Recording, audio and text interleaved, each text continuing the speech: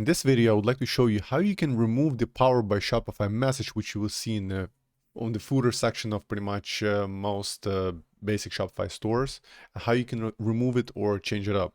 So first things first, you have to go to your admin panel. Once you're in your admin, go click on online store.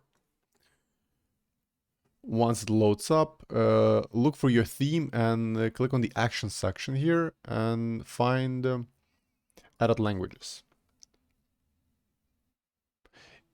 Once your one language sections has loaded up, just find the filter and type in Powered by Shopify. Enter.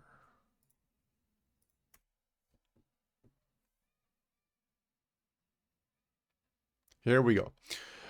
As you can see, Powered by Shopify, it's in checkout system links section, and it's already pre-filled. So what you have to do is basically highlight and press space and then save.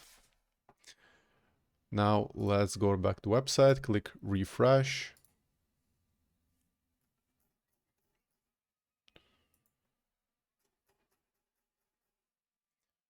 As you can see, the message is gone. This was very simple. I hope this video is helpful, and if you like it, please subscribe to my channel. I'll be showing more Shopify tips later on.